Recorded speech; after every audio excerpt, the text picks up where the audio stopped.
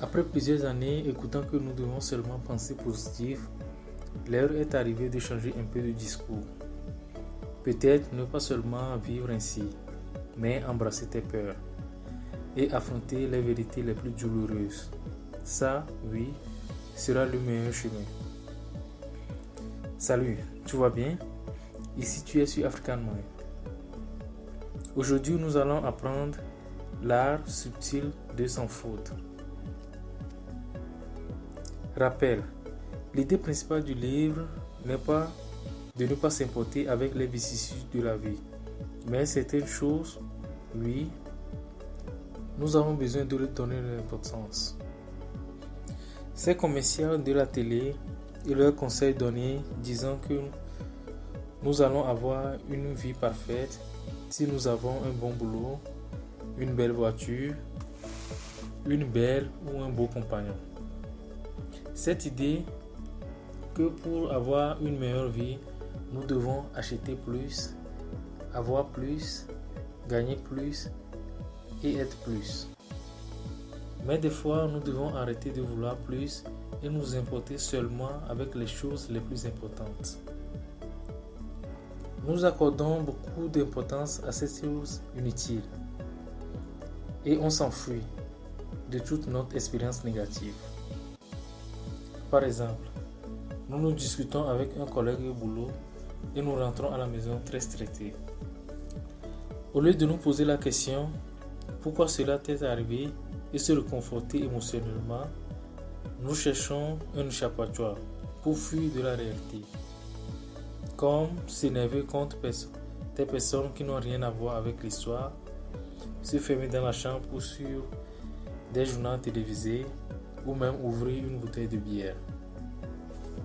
Le jour suivant, nous allons nous réveiller sans apprendre rien et commettre les mêmes erreurs. Oui, je sais que c'est difficile, mais le mieux, c'est embrasser tes faiblesses. Accepter les expériences négatives résulte une expérience positive. Comme par exemple, accepter les douleurs musculaires en faisant des exercices physiques peut t'aider à avoir plus d'énergie et être en bonne santé. Les mauvaises notes à l'école vont te montrer que tu dois encore apprendre plus. Tes faiblesses au travail vont t'apprendre comment travailler meilleur et te donner des directives comment t'améliorer au futur. D'où la première grande idée, se sentir confortable avec tes vulnérabilités. Et une autre chose que le livre cite est sur la vision de la vie. Si on demande à chacun de nous ce que nous voulons dans cette vie, la réponse sera presque identique. Nous tous, nous voulons être heureux, avoir un bon boulot que nous aimons et un bon compagnon. Tout le monde veut ce qui est bon.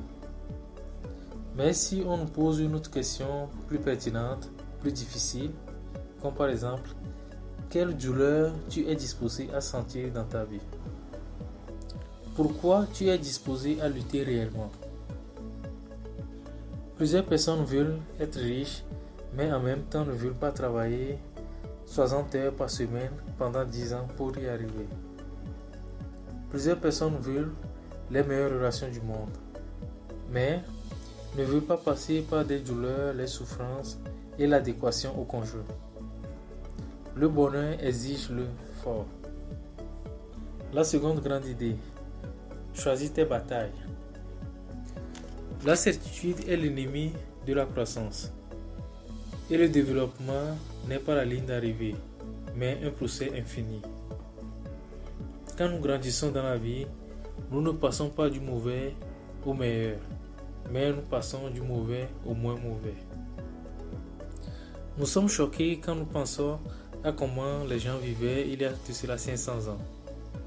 Mais tu peux être certain que d'ici 500 ans, les gens se moqueront aussi de nous.